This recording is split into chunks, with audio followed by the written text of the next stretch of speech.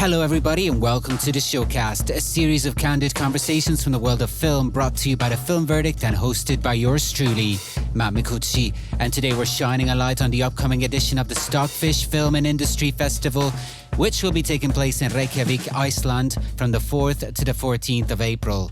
And joining us to tell us all about the history and mission statement of the festival, as well as some of the highlights from the programme of its landmark 10th edition, is its artistic director, Hrönn, Kristinsdóttir. So fire up an audio teeny and listen to the audio waves as they fly through the air. This is the Showcast. Hello, Hrönn. Welcome to the Showcast. Hello, Matt. Thank you for having me. Oh, it's a real pleasure to speak with you. I'm excited to talk with you about this year's edition of the Stockfish Film and Industry Festival. But this is the first time we talk, and I like to break that proverbial ice by asking my guests a very simple question. You know, this is a podcast about film, and, you know, I'd like to ask you, what is your earliest memory of cinema? I think it was the cinema itself. I can't remember the film, but I just was so impressed by this old, nice cinema in Reykjavik when I was a child. But I cannot really recall the film. How old would you have been the first time you went to the movies? I've been like 5 years old, maybe. 5 years old. Okay, cool. And I was very impressed by the interior of the cinema. That I remember. Nice. Is that cinema still around? No, unfortunately. Unfortunately, we used to, like in Reykjavik, we used to have, I think, 10 or 11 independent cinemas. But now we have one art house cinema and then the complexes. So at what point in your life did you first dip your toes in the film industry, or when did you even start thinking that maybe this could be a career for you? To begin with, I was very interested in literature and theater. I did study in Berlin, theater, theory and literature. And then I moved over to Los Angeles, where I finished my studies in filmmaking. So this is like sort of, probably like, when I was 19, 20. Just in terms of that, I mean, did you find it sort of a natural transition or, because when you first started, working in production too, how did that happen? I think it was just like, it was something that interested me, telling stories and experiencing stories, so this was like something that I enjoyed doing. And then again, like, life just takes you places, as you probably know.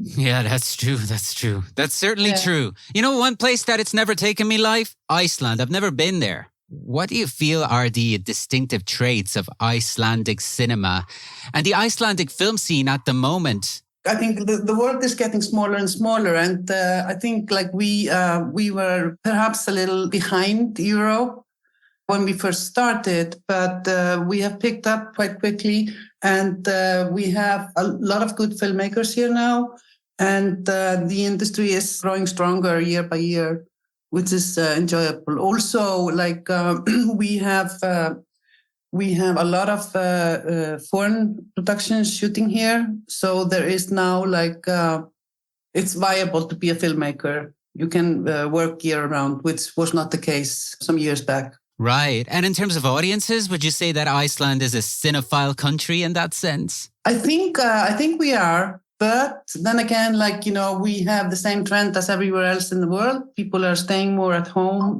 watching their stuff from their sofa. Yeah, or even more worryingly, sometimes on TikTok. Yeah. Which is depressing, really. But, obviously, the Stockfish Film and Industry Festival is a great way for great cinema to be discovered by, not only people who work in the film industry, but of course, audiences too. So, I mean, let's get to that. Like, first of all, this year's edition is going to take place in Reykjavik from the 4th to the 14th of April, right? Right. And so before we talk about this year's edition, can you tell me a little bit about the festival? I mean, in terms of its history and its quote unquote mission statement, because, correct me if I'm wrong, it's a relatively new festival, right? Well, it is. We have our 10th anniversary this year. Because of the 10th anniversary, we're not charging audiences for the films. So it's free for all the community. But Stockfish was founded in 2014. But it was like a reincarnation of the Reykjavik Film Festival, which was established in 1978, but was then sleeping for a while. So this is our 10th edition. And we are a relatively small festival. We have, I think this year, we have 25 films, carefully curated. And then we have the industry days, which is, the festival is run by the guilds or the associations of Icelandic filmmakers. So each association sort of, asks for a specific focus on certain elements in the industry. So we have, for example, now this year we have Alexa Vogel, casting director, who is coming on behalf of the actors.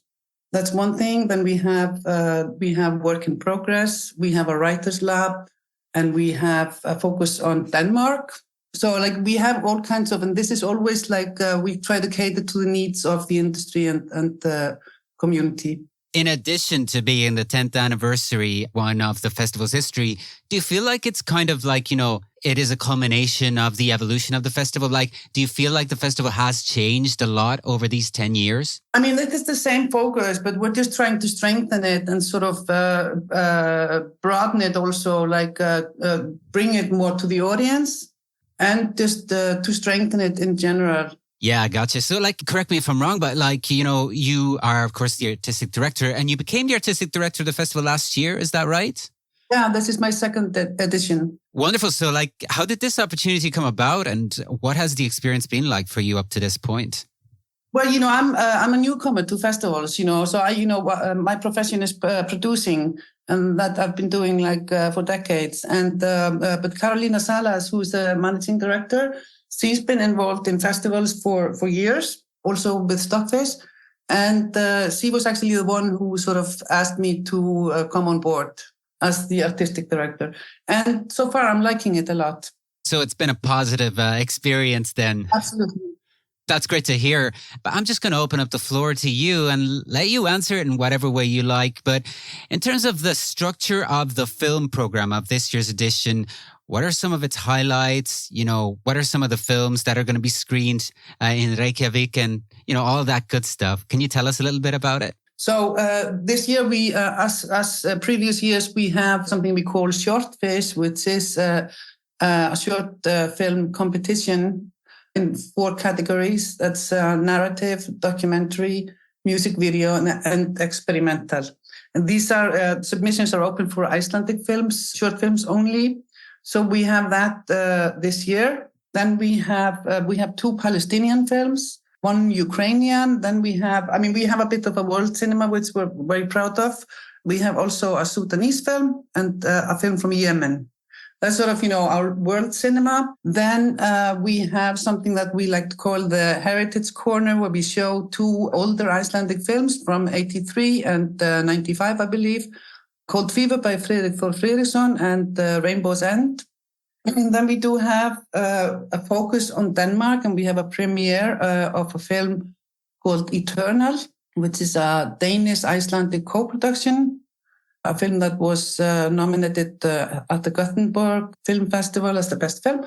We have a guest of honor, Lynn Ramsey, and we'll be showing a retrospective of her films. 3 films, Morvan Kallar, Ratcatcher, and we need to talk about Kevin. We have, I mentioned the Ukrainian film. Then we have 2 Spanish films, Puan and Human Hibernation. We have this one film, Love Lies Bleeding, from A24, which was nominated as the best film at the Berlinale this year. Yeah, and the Danish focus also includes the film Kalak by Isabel Eklöf and Tove's Room. I mean, that's just sort of, the highlights. Yeah. Well, there's a lot going on. And again, free of charge. Yes. We're hoping to fill the cinemas with curious people of all ages and genders and ethnics and wherever from. Well, really, so there's no excuse for not wanting to discover great cinema from all over, and also, of course, from Iceland. Yes. So, I read in a statement on the festival program, something you said, and I quote, "It is very important to foster the art of film, to protect the freedom and the beauty of this art form, and to continue our journey towards a stronger film industry in Iceland." Can you elaborate on that a little bit? I mean, it's not only the art of film, but in general, I think Probably in all times, but more so today, And we need to attend to culture and sort of, we need to really make sure that we don't forget the culture. There's so much going on. There's so much greed. There's so much war. And the arts in general are just very important. And so is film. Film maybe has a little bit of a different stand because it is costly to make, but it is definitely worth making. It lifts up your spirit like all other arts. You mentioned films can be very expensive to make, a little expensive to make. The name of this festival is, the official name of the festival is Stockfish Film and Industry Festival. Yes. So, there's obviously an important industry side to it. And you mentioned some of it already earlier, but I'd like to maybe elaborate on it a little bit. What are some of the activities that will be taking place within the context of the Stockfish Festival in terms of industry?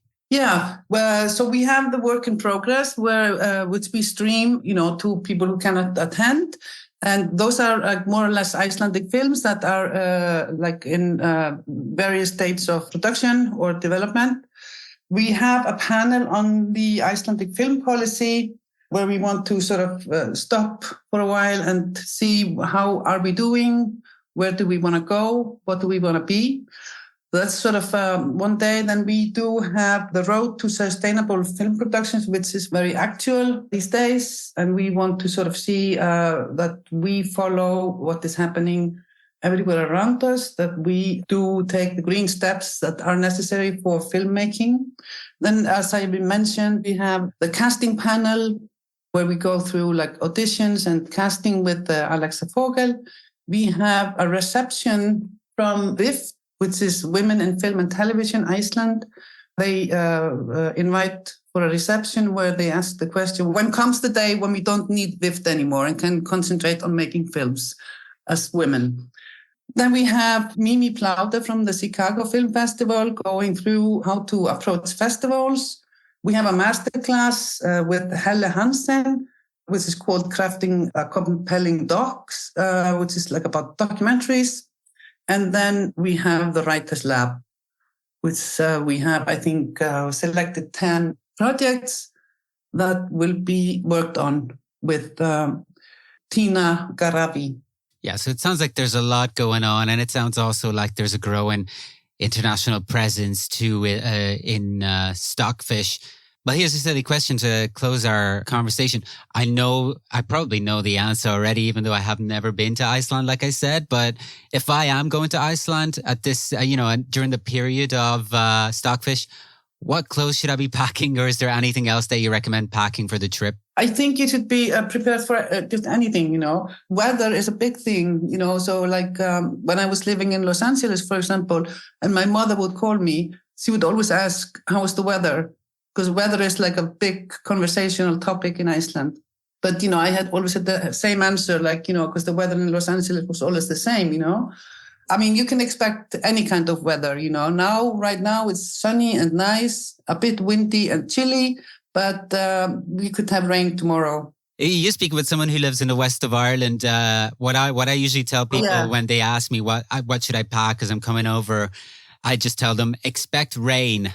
That's almost a certainty. Yeah. All right. Yeah. Well, Hrönn, it's been a pleasure speaking with you. Thank you very much for joining us. Thank you very much for having me on. Well, I hope you enjoyed finding out about the Stockfish Film and Industry Festival taking place in Reykjavik, Iceland from the 4th to the 14th of April. And hey, if you happen to be there, all events are free of charge. And if you want to find out more about it, head on over to their website, stockfishfestival.is. Well, thanks for joining us on the TFV network, and don't forget to follow us wherever you get your podcasts to never miss any of our candid conversations from the world of film. Till the next time, from The Film Verdict, this is Matt Micucci signing off. See you soon.